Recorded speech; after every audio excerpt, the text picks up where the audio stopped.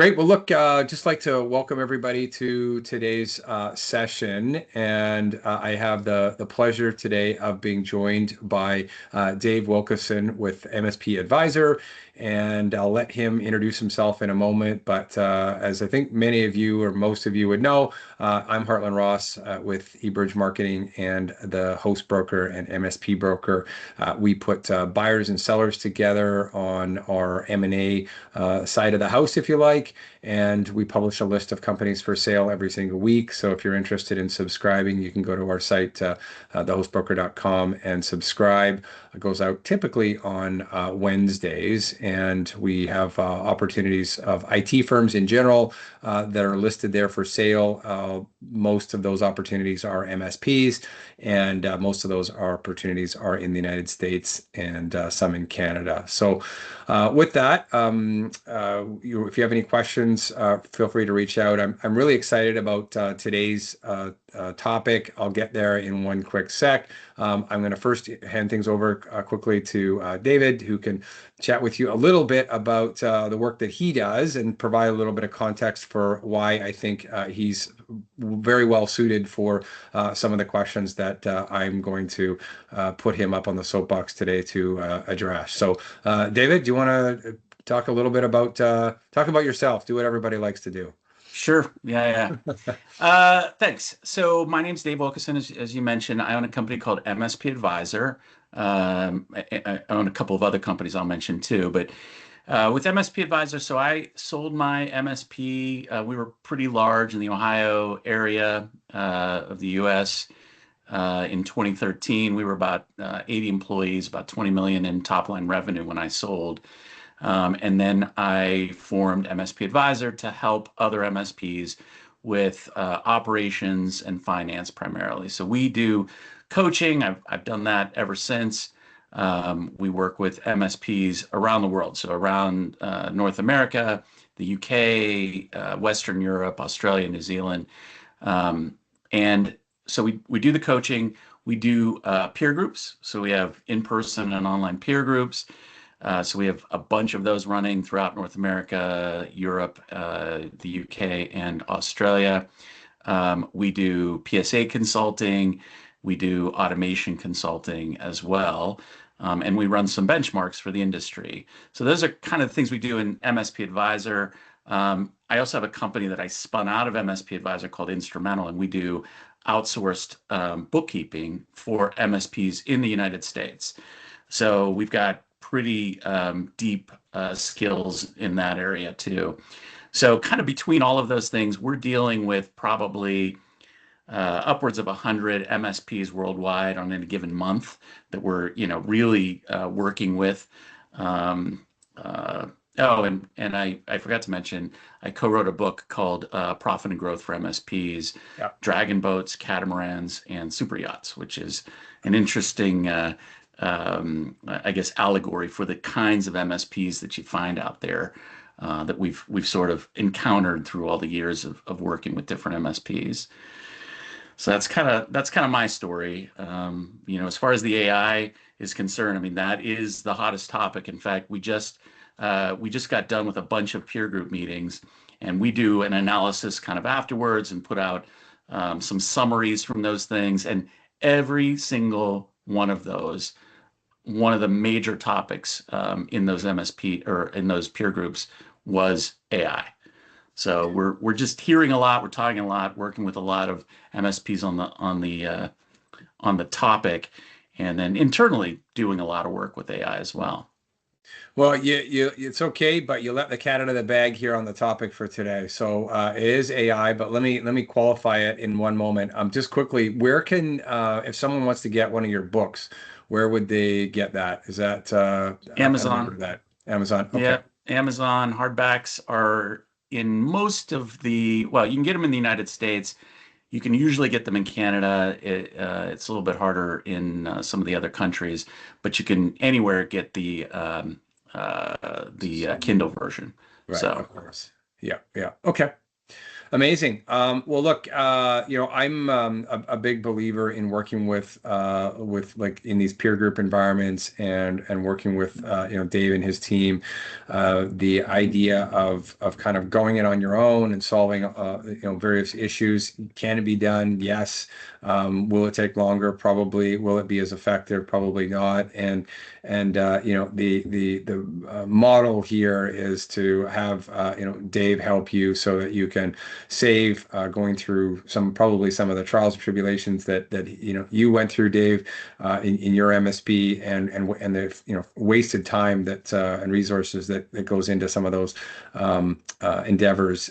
So when we talk to a lot of the individuals that we're speaking with on valuation, there are issues in the business that need to be addressed in order to improve valuation, and sometimes those things are significant enough, and I think warrant getting some external help, or at least point kind of advice to point in the right direction. So, Sure. big believer in that process and getting help, and I'm sure Dave can have a conversation with you on some of the things that he can help you with if you're interested. So. With that, AI, what are we talking about? So obviously there's lots to talk about. I think what we wanted to talk about today was a specific aspect of AI and the application of it to the MSP industry and MSP specifically. The first one is this vendor, what I'll call vendor integrated IT. AI. So this is where you're using AI as part of a wrapper within a vendor environment, right?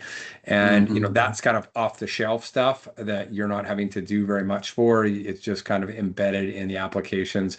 And so certainly, I'm sure many, if not most people are using AI at some level there.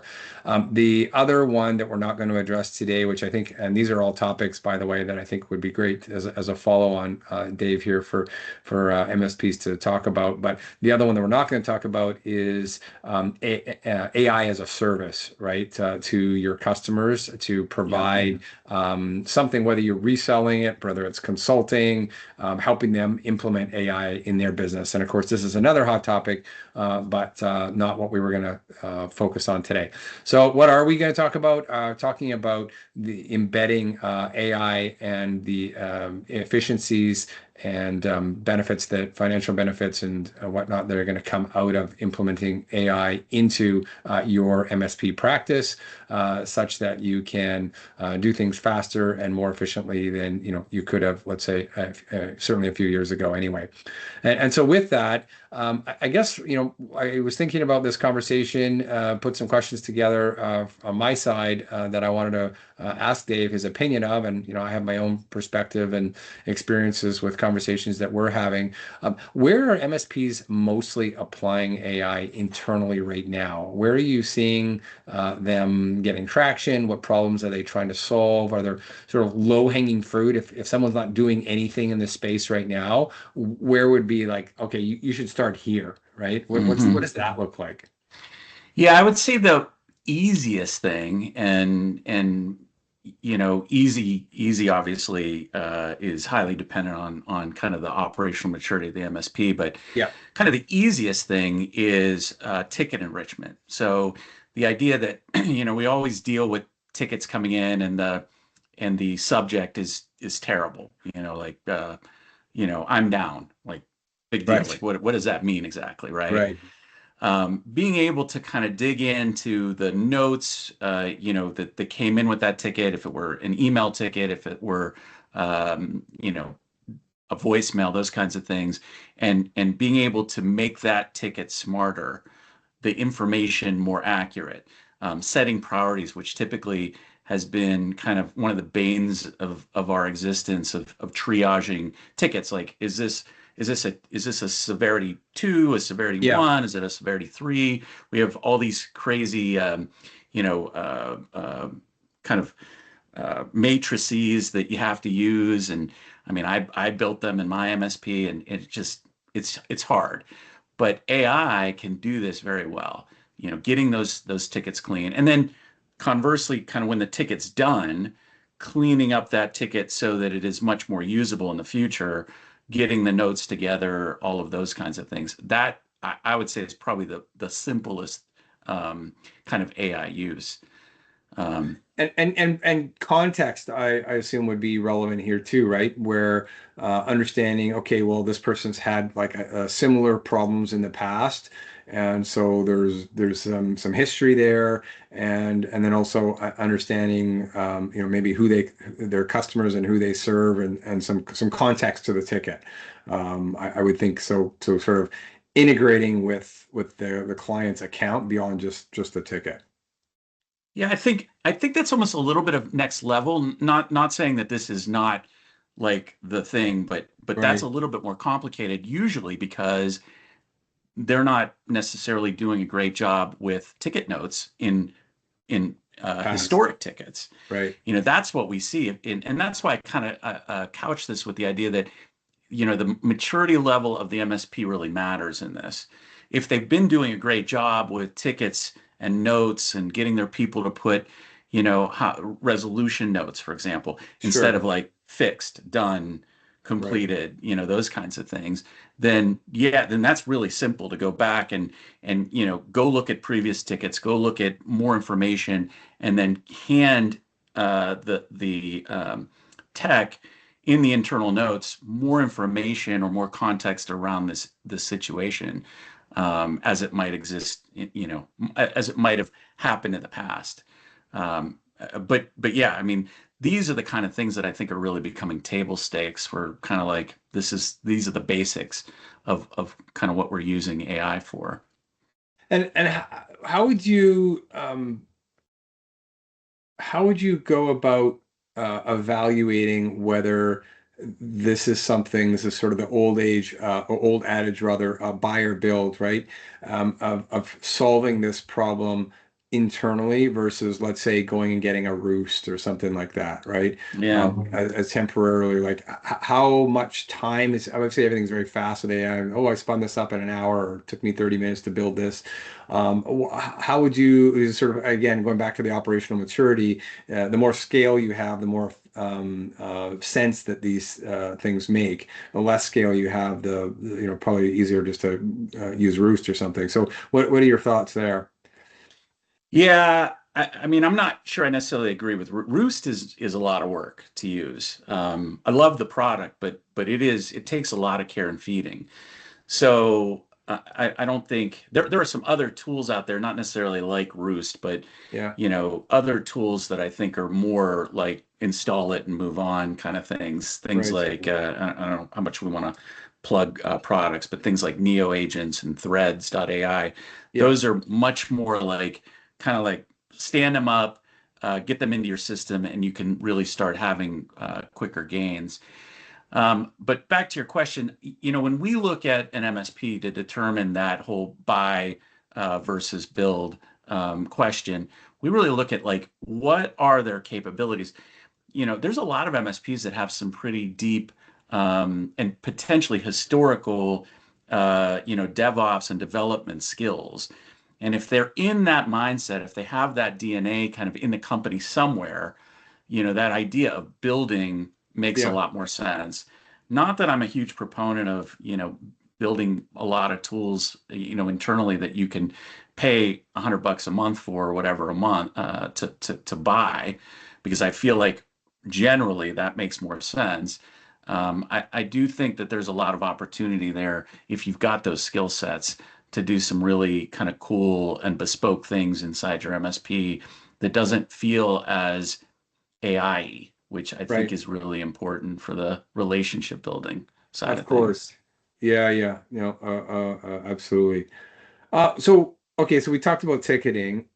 Where else would you see that there's some sort of low-hanging fruits, and maybe some even underappreciated gains that could be had, something that's sort of overlooked outside of ticketing, if that's already done, we've checked that box. What might, I mean, obviously there's sort of a continuum. I'm sure we could come up with 30 things, but what would be another relatively uh, easy lift? Yeah. Well, one of the things that we're starting to look at, if we want to look at underappreciated areas, is sales intelligence, particularly around the farming activities. Hmm.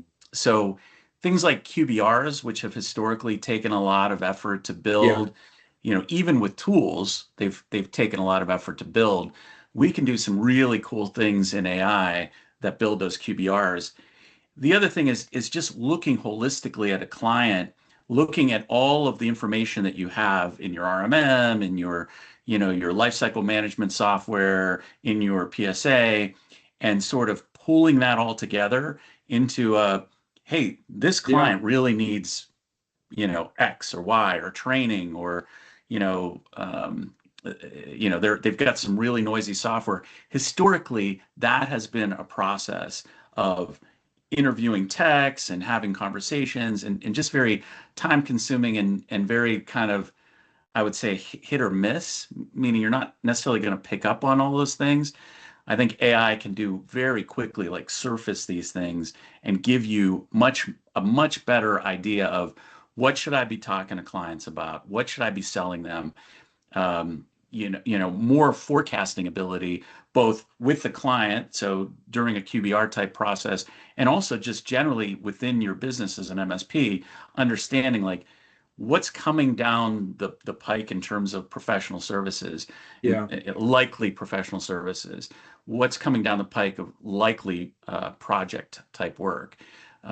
Those kinds of things I think are um, very easy to kind of AI and start to pull out, and then integrate that all back into HubSpot or whatever CRM you're using. Even if you're just using your PSA as your CRM, having that come back as opportunities and be able to track that.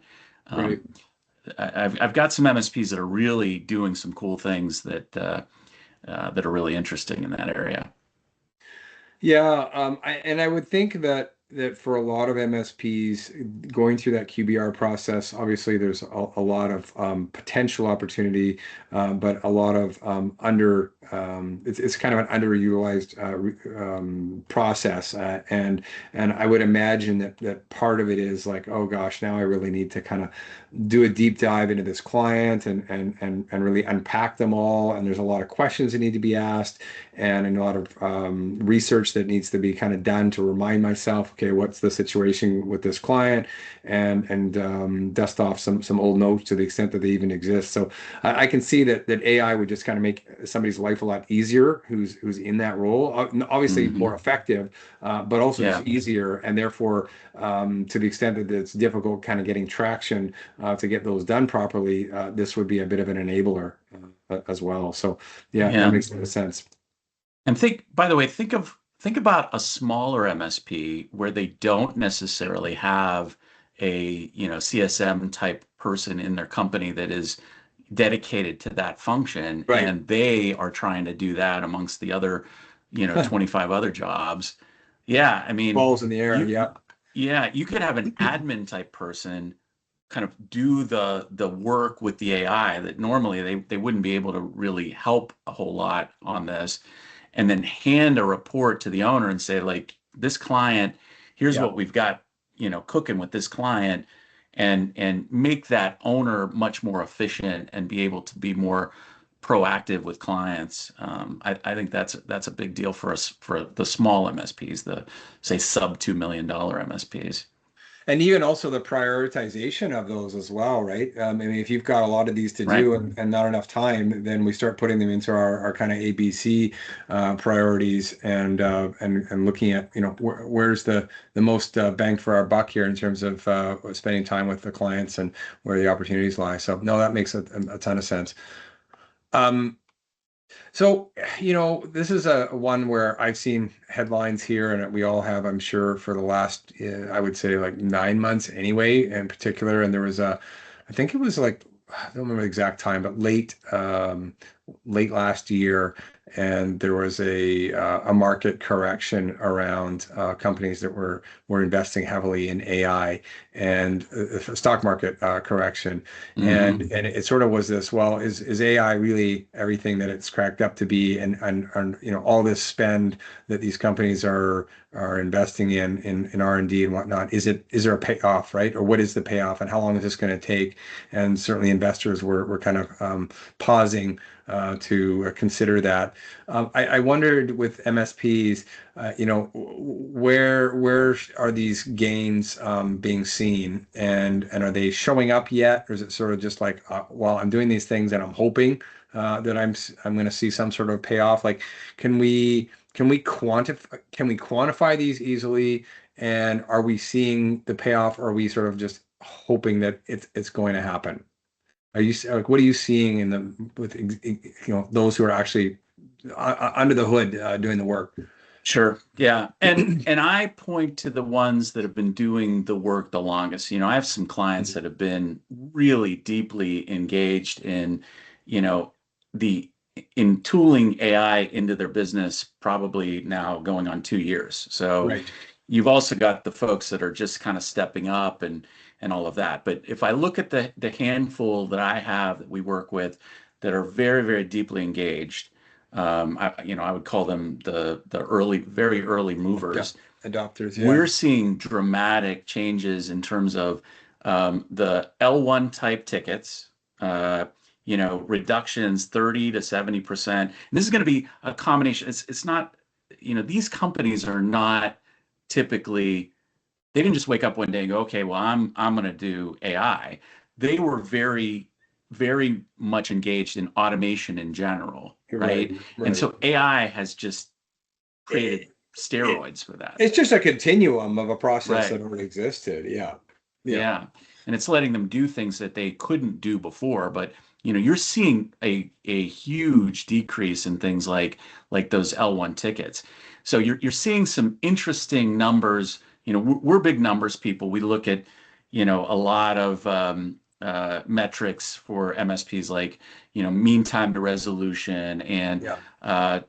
time per ticket, those kinds of things. And what we're seeing is the ticket volumes are going down. So we're getting rid of a lot of those sort of low hanging fruit L1 tickets. We're Yeah. seeing that the harder tickets are what's left. So it's taking longer to get tickets completed, and it's requiring kind of higher end techs. And we're seeing, I mean, we're definitely seeing this happen in those companies. The other thing we're seeing is that they are dramatically increasing the ratio of supported users or supported devices to the tech headcount dramatically. And Right. so obviously then that goes right to the bottom line. We're seeing, net profits, 20, 25% net profits in these companies where 3 years ago they were 8%. So it is happening, and it is quantifiable, in those companies. Yeah. We have some internal sort of litmus tests, if you like, of some of the metrics, just to see whether an MSP is falling outside, what's the outlier Hmm. in some regard. One of those checks is a kind of a revenue per employee figure, and that number is probably we're going to have to watch that and see if we need to kind of recalibrate that, because if someone comes to us and says they're doing $10 million and they have 5 employees, I'm going to say, hey, there's something wrong. How are you possibly able to do this? But conceivably at some point, and I'm being a bit ridiculous to make my point, Yeah. but at some point there may be some significant movement there, and our numbers will have to adjust, because it's important from a M&A perspective, because of course buyers are evaluating these things to say, well, are you understaffed, and am I going to have to turn around and invest in hiring? And there's an argument to say, no, we're fine, we've got everything under control, and yet the staff are actually maxed out, but it's hard for the buyer necessarily to figure that out, and so to use some standard figures is a good way to at least get a good sense of that. But the rules are being changed on us here, and so we should stay on top of that. Yeah, for sure. We're seeing some, like in our benchmark, we're seeing some of the things that we would typically look at as outliers and Right. be highly suspect of. And we're finding that they're not, they are still outliers, but they are not Less so. because of, incorrect information or some of the things that Right. we've historically seen in that.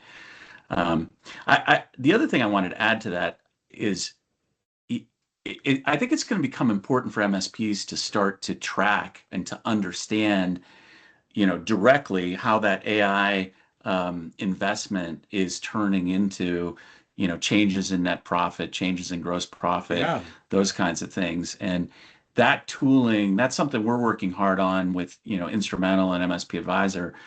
How do we tool that into their accounting and the functions that they're doing so that, we understand the direct, and we're just not guessing, hey, I do a lot of AI, so, you Right. know, this number is great because of that. Yeah. Yeah.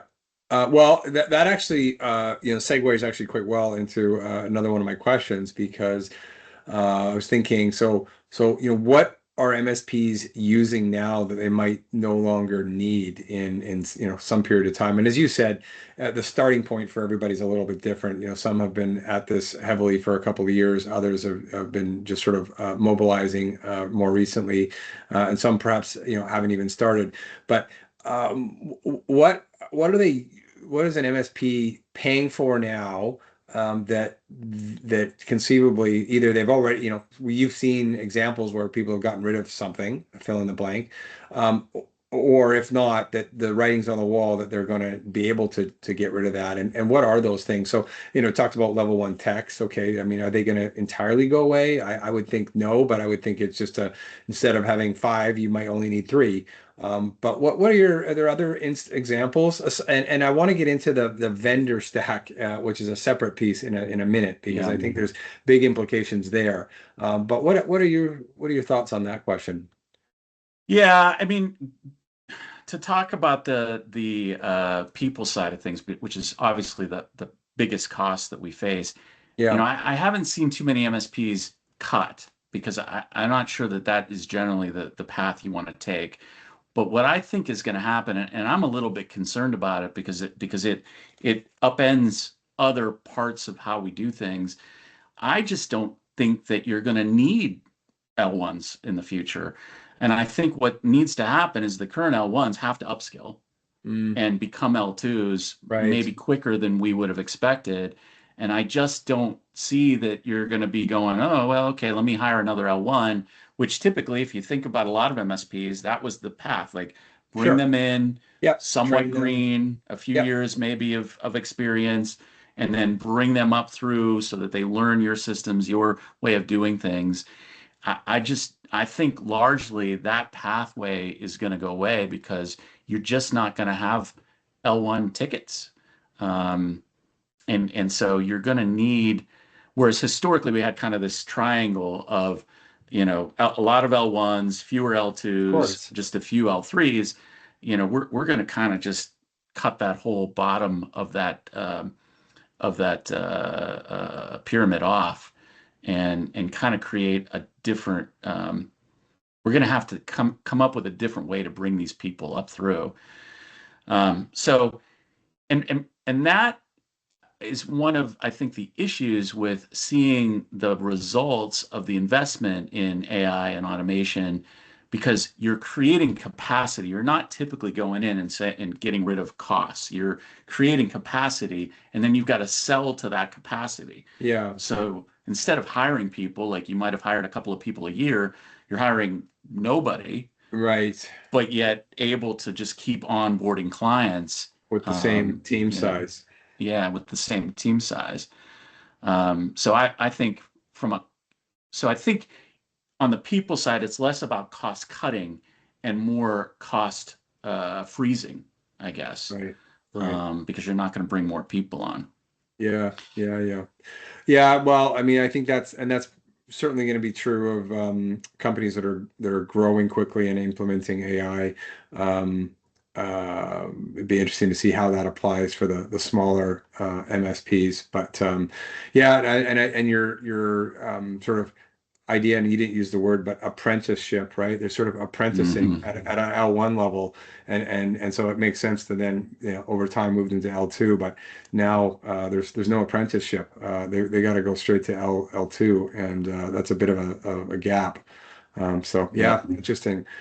Um, so then, I mentioned a minute ago about the vendor ecosystem, and I was having a Yeah. conversation the other day about this with a decent sized MSP that I know quite well, and he and I were chatting. Actually, there's a group of us, but chatting about what this means for their specifically their stack, and he was saying, I'm getting rid of this, I'm getting rid of that, Yep. don't need this anymore. And Hmm. his argument to me, or well, it wasn't to me, but what he and I were chatting about, that he was going to the vendors with is, okay, Mr. Vendor, tell me why I should be continuing to work with you when I can build what you built here in hours to a week or something, and I can spin up something that's going to do most, if not all, of what you're providing in your tool, and recognizing that they've tweaked it now for years, and so they've sort of optimized it. So there's that kind of iterative process of them building the software, not to mention the labor that went into it. But now the labor is kind of not a factor, so there's a bit of a learning curve, and so you could say, well, there's value there. But if you're just trying to replicate what already exists and you've been using these tools, you have a pretty good idea as an operator of what problems you're trying to solve. And so what does that mean for the vendor ecosystem? And of course, there's the large vendors, ConnectWise and whatnot, and the PSA tools. But there's all these very small vendors, the up and comers, who have a vision of they created they productized something maybe out of an MSP, and they're trying to scale that business. And there's not a lot of traction, and maybe even not a lot of product market fit yet for some of those guys. So what is that? What are your thoughts there? Yeah, I think there are whole categories of our tools that are going to go away, and I'm less worried about the PSA. I've had the clients that are like, we're just getting rid of everything. We're going to vibe code everything, and Right. I think that's Too much the other way. short-sighted at best. Yeah. But I do think there are some things that we rely on and are just sort of table stakes that are absolutely going away.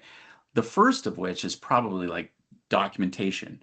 So is there really a point? Like I wonder, and I'm pretty sure that I know the answer to this one.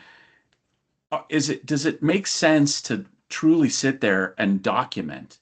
Like we've pushed our techs to do in the past. They've Yeah. hated, they've done a terrible job. We've done a terrible job of keeping that documentation up to date. There are some vendors out there that basically built their company around trying to keep that documentation up to date. There are products out there that are all about, how the documentation is organized so that it's easy and you can audit it.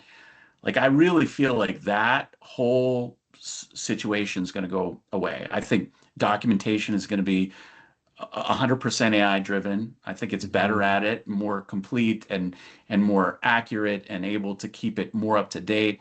I don't think that we necessarily need the documentation in the current sort of accepted form, because if I can query and ask a question, hey, tell me about the IP address scheme for this client, and it just spits it out, I Yeah. think that that's actually much more usable than clicking through a bunch of documents to find Sure. that.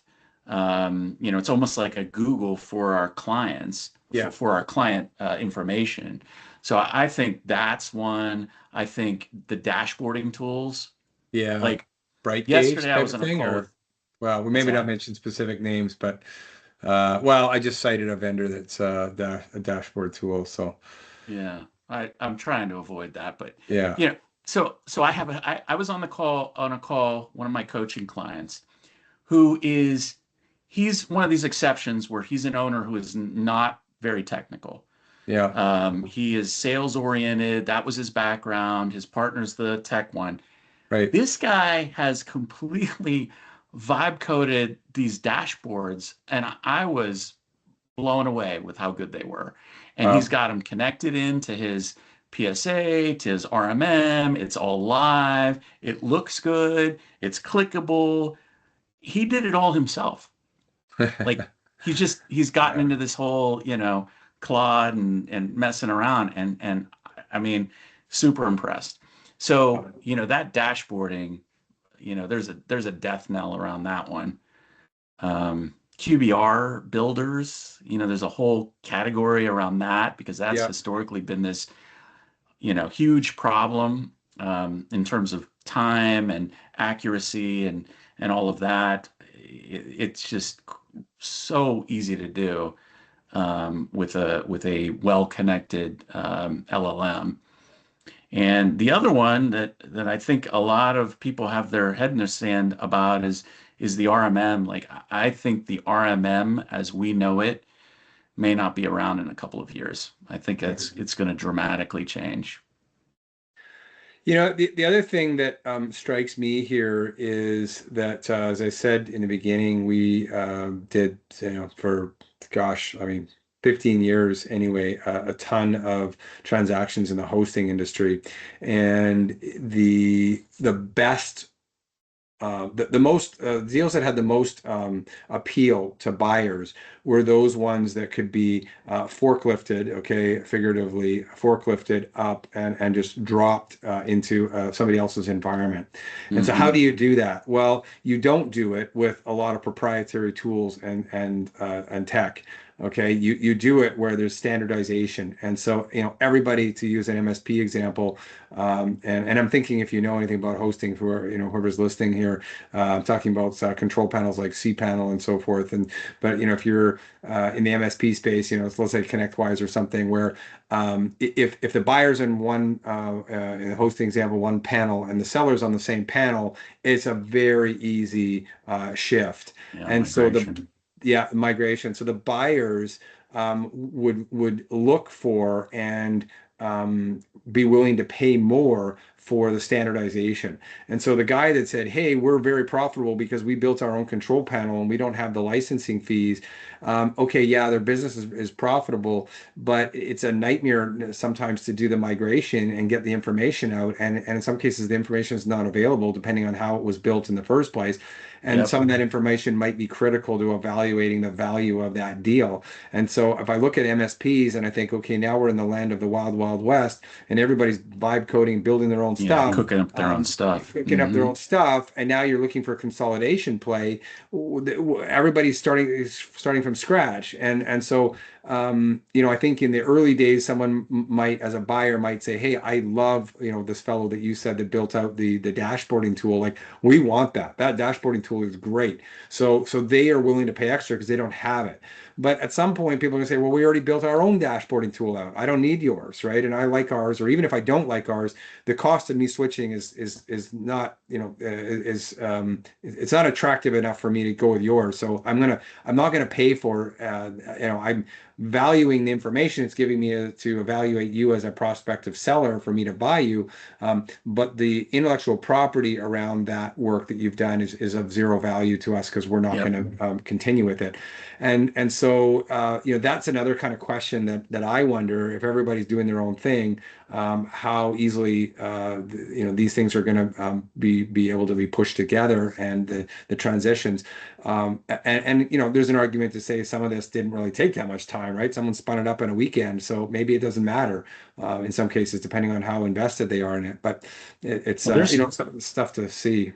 There's another angle to that, and that is, and it's very dependent on what class of software we're talking about, which is why Yeah. the PSA one is the one I'm the most skeptical because you've got ticketing. Well, everybody go, "Oh, well, I can do ticketing. I can vibe code ticketing." Well, the problem is it's ticketing, it's billing, it's the relationship of the ticketing to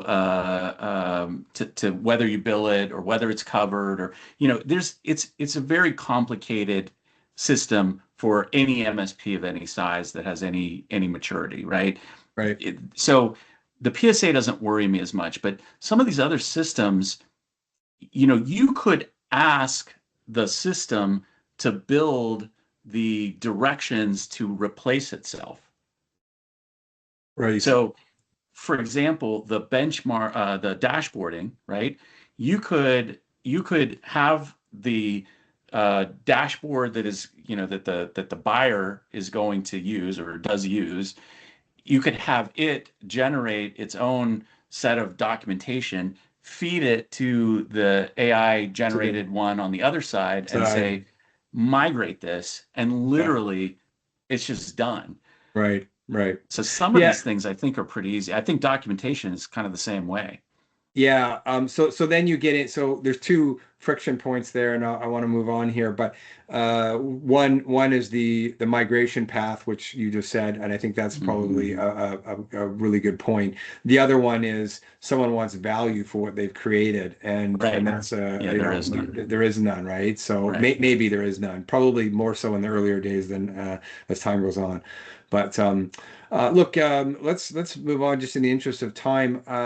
So this is all flowing better than I thought because I put these questions together, but our conversation is doing a layup for each one, and that wasn't planned.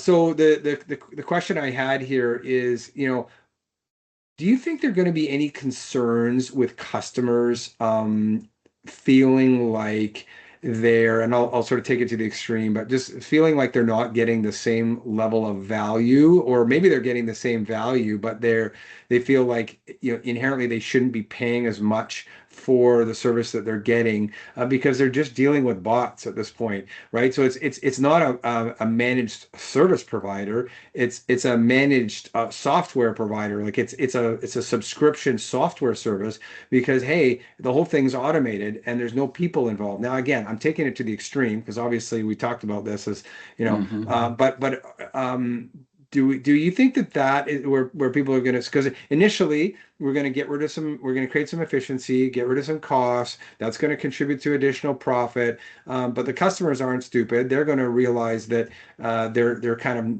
those old QBRs. Well, hey, now I've just got to answer these questions from a bot, and then a bot's going to make a bunch of recommendations, and then bot's going to send me a proposal on some things that I should be thinking about. So, what are your thoughts of like, whether is this going to drive down pricing?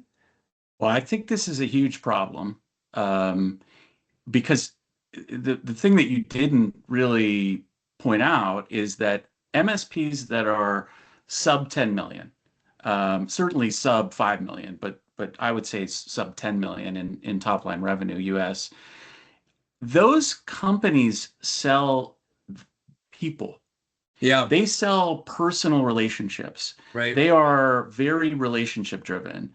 And the problem is that we could, if you're not very, very careful, erode all of those relational touch points. Like, Yeah, I mentioned how easy it is to kind of get rid of the L1 and all of those kind of tickets and so forth. But if you think about it, the L1 interaction is a touch point of course. that now is gone. And probably the biggest touch point, if you go below the owner of the client, they're mostly dealing with the L1s for most of their problems. That is the biggest touch point. So as we get rid of things like password resets and some of the hand holding things and all of that, then we're eroding all that. Yeah. So it is a very, very real issue. And I think the other problem is that we know that I don't know what the stats are. I would guess it's probably 90% of MSP owners are techies, right? Sure. We're super attracted to all this, cool Like stuff. Like, flashy. yeah, Yeah. the idea that this thing can go automatically do that is so cool and so attractive and so Right. fun. So we naturally will move in that direction, but that's not what the companies that are hiring MSPs that are small businesses are typically paying for. They're paying for, those interactions. And so, I think it's really going to be important to have AI be kind of under the covers. And I've had some MSPs that are out there talking to clients going, "Hey, we are AI driven. We are, able to do all these things because of AI, AI, AI." And I think that they are dramatically eroding the perception of Yeah. value that they need to be creating. Um, and just to kind of finish that, I have a client who is seriously considering lowering his price because he's become so efficient at what he's doing. And I would not say that he's efficient in a way that he's, lost that personal touch, but he is able to, through the efficiencies he's built, at kind of that low end Yeah. side of things, he's able to go to the client and say, we are going to reduce your price instead of raise your price, which is an interesting change from, history. Well, and of course, it doesn't, it takes those companies to be doing that, that then sets in motion, I don't want to say a downward spiral, but all of a Hmm. sudden the other groups are got to compete against that person who's now lowered their prices, Yep. and so to the extent that a number of MSPs start doing that in any given market, it's going to start to depress prices, and the ones who don't have the automation, it's not sustainable, right? You've got, if you've got a cost advantage, then you can you can fight. It's like You can own your market. you can own your markets, like the airlines, right? The big airlines can crush the little guys because they'll just keep dropping their price and they'll lose money or break even. Whereas they can go on doing that for a while. The Hmm. little guys can't do that, and then the little guys go out of business. So, and of course, you got regulators controlling some of that. At least in Canada, you do. But one more thing that I just wanted to hit on there, that I'm going to go one step further on your comment about MSP owners and being technology enthusiasts and wanting to solve all these issues. So there's that side of it, but I think the other side of it that's like equally as powerful is that they don't want to deal with the people in the first place. I know. So Yeah. so you've got like, 100%. hey, I can solve this with technology, which I love and want to do, and a double whammy, I don't even have to talk to anybody. So wouldn't this be great? I can automate this business. I don't have hardly any employees, don't have to manage or talk to them, and I can automate the whole process with the customers. Don't have to talk to them ever. And so I can see people start going, well, this is a really great idea, but maybe it needs a little bit more thought. To your Yeah, point. it doesn't make for scale, although it's interesting because I think at some point then it does make for scale, right? So at some point the buyers that are attracted to the big roll-ups and so forth, a lot of times they're only there for the service and the price. Like Yeah. those are the two things. They want good service at a cheaper price. Right. And so they're not necessarily buying the relationship, at all the levels like you would expect. And so, those companies, those larger MSPs, I think can really benefit from almost having this where it's much more, automated and there's a lot fewer touch points. And I don't think anybody's gonna the buyer on the client side that anybody's really going to complain about it. Yeah. So I know, if I look at it from our perspective in terms of what we're doing internally, we are trying to automate things that don't matter to our clients, things that they right. don't care about, things they're never going to see, that don't matter. Like it's all behind the scenes anyway, because we view that our business is very relationship driven, and you're selling your business. You want someone to kind of hold your hand and talk through this process, and to automate the whole thing just wouldn't make sense. So we're trying to put our resources into automation to free up our time so we can spend more time with our clients in where it actually matters. Yep. And I think that's something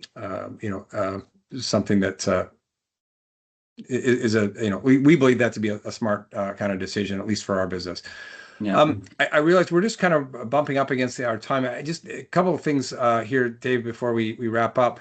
Are there any problems that we're not quite ready to solve yet? Like we're not there fully yet with AI, whether it's compliance, whether it's I doubt it's an issue from a technology perspective. It might just be more of like a regulatory or compliance or even like perceptions of Hmm. customers in terms of their willingness to accept things or not. Do you see And then sort of related to that, like, where does all this end? Like, what's an MSP in 10, 15 years? Like, what does that look like? Yeah. Well, I mean, I think there are some things where the technology isn't quite ready, like the fully autonomous remediation, like that I think is Mm. coming. I've done some stuff with I'm a PC guy, but I experiment with AI on Macs, which I've never had in my entire life until recently. And so I have the AI pretty much do all the configurations and all of that and fix things on the Mac. And I think this is kind of like it's shown me kind of the future in that we're going to get to a point where there really isn't a human necessary for a chunk of the problems that we're remediating. Right. So there's that. Something I've been thinking about lately is this idea of dynamic pricing. Like instead of having a price, having a price based on the client complexity or the client risk profile or Mm. those sorts of things where the pricing is different based on that. And you historically there was I don't think any way to really do that or do that well besides, a guess, stick your finger in Right. the air kind of a thing. But I think we probably can get to the point where we can have more dynamic pricing, but we're not quite there yet. Um, and then the other question you ask is kind of where we're going to be with Yeah. these MSPs. I think that if somebody is thinking about selling, for example, I think that they either probably need to do it now or they need to wait because I think the next 4 years, 4 or 5 years, Yeah. are going to be pretty dramatic in terms of how that those things go. A lot of people are saying, there's just going to be a dramatic consolidation. I don't know about that. I understand the argument, and I've been in a bunch of debates about this, but I just think that there is such a large segment of small businesses that just want to deal with a person. Yeah. And if that person represents, a bunch of automation behind them, I think that they're more likely to have success than if that person is a sales rep for this big giant MSP. There's just a large segment of small businesses and medium-sized businesses that just would rather have kind of the former rather than the latter. So I don't know. I don't know that we're going to be at a point. I don't think we're going to see the cellular model where, before there were a lot of these little cellular Yeah. companies and now there's not there's Verizon, there's T-Mobile, there's AT&T, and that's pretty much it. And you guys have another one I think up there in Canada, Yeah. and that's it, right? But I don't think that's what's going to happen. I think there is going to be a lot of roll up, but I So, just don't know that that's the only thing. yeah, to the point about uh, let's say the consolidation. I mean, the industry's clearly very fragmented. There are tens of thousands of MSPs, depending on where you draw the line or what an MSP is or isn't. Hmm. I go back to our days of selling hosting businesses, and we sold a ton of them, like hundreds of them, and or at least if we didn't sell all of them, we're involved in potentially trying to get a transaction done. And there was a lot of consolidation, and so it's kind of bifurcated the market. You got a lot of very small ones now, like very small, and then the big kind of, I'll say, GoDaddies, but there are lots of other ones that are of large size, and it's kind of hollowed out the middle. Not to say that there aren't others, but those the $10 million hosting business or $20 million hosting business, it's just not very many of them left. Most of them have been purchased. Yeah. And so I look at, it was very easy because the barriers to entry were, if you were technical, were very, very low. And similarly with an MSP, barriers to entry have historically been low if you're that sort of technically inclined. Um, so, I think that there will be a lot of consolidation. It'll be interesting to see how much that the idea of like the kind of the customer service. And of course, whenever a big company buys a little company, then everybody complains about the levels of service, and everybody wants to go back to the little guy. So that's a little bit of like a regression, I guess, of that trend. But it'll be interesting to see your point about the valuations kind of either sell like now or wait 4 or 5 years. I've been having this conversation a lot recently, and I'm certainly not trying to ever convince somebody to sell their business, but I think that there's an argument to say if you're not going to kind of double down on the investment and grow your MSP and stay with the times and stay current and competitive with what others are doing, that you're probably better to sell now when the threshold and the requirements or expectations on behalf of buyers for a very kind of a business that's heavily utilizing AI, that expectation doesn't exist right now, but it will at some point.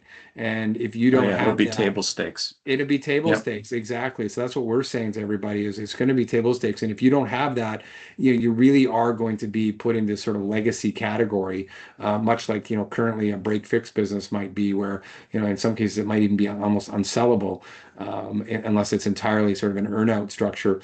So I don't know what that's going to look like exactly. I don't know how long it's going to be, but I think it's a real thing. And so for anybody who's especially somebody who's sort of at retirement age, where they're saying, well, do I have the energy and time, and do I want to put rework this entire business, and put my head down for the next few years and do this?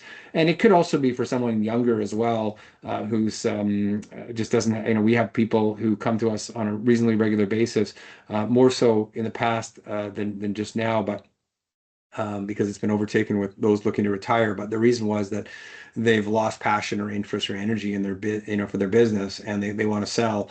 So if that's you really want to kind of think about your timing there, because the values are I think going to be heavily impacted by that.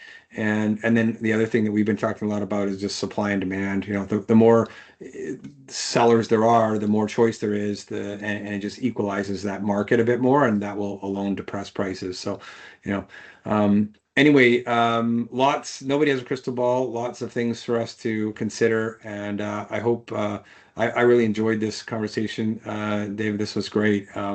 Lots of good insight on your part, and you've created some aha moments for me as well. So thank you for that. And thanks for listening here. And if you have any questions, please feel free to reach out to us, info@thehostbroker.com. And Dave, how can they reach you? Obviously, go to your website. Yeah, easiest thing is mspadvisor.com. You can also just email me directly at dave@mspadvisor.com. Pretty simple, and I'm happy to chat with anybody about any MSP about anything, and see if I can help them. Excellent. Well, hope you've got value from today. Thank you for listening, and Dave, really appreciate it. That's great. Yeah, thanks for having me. Thanks.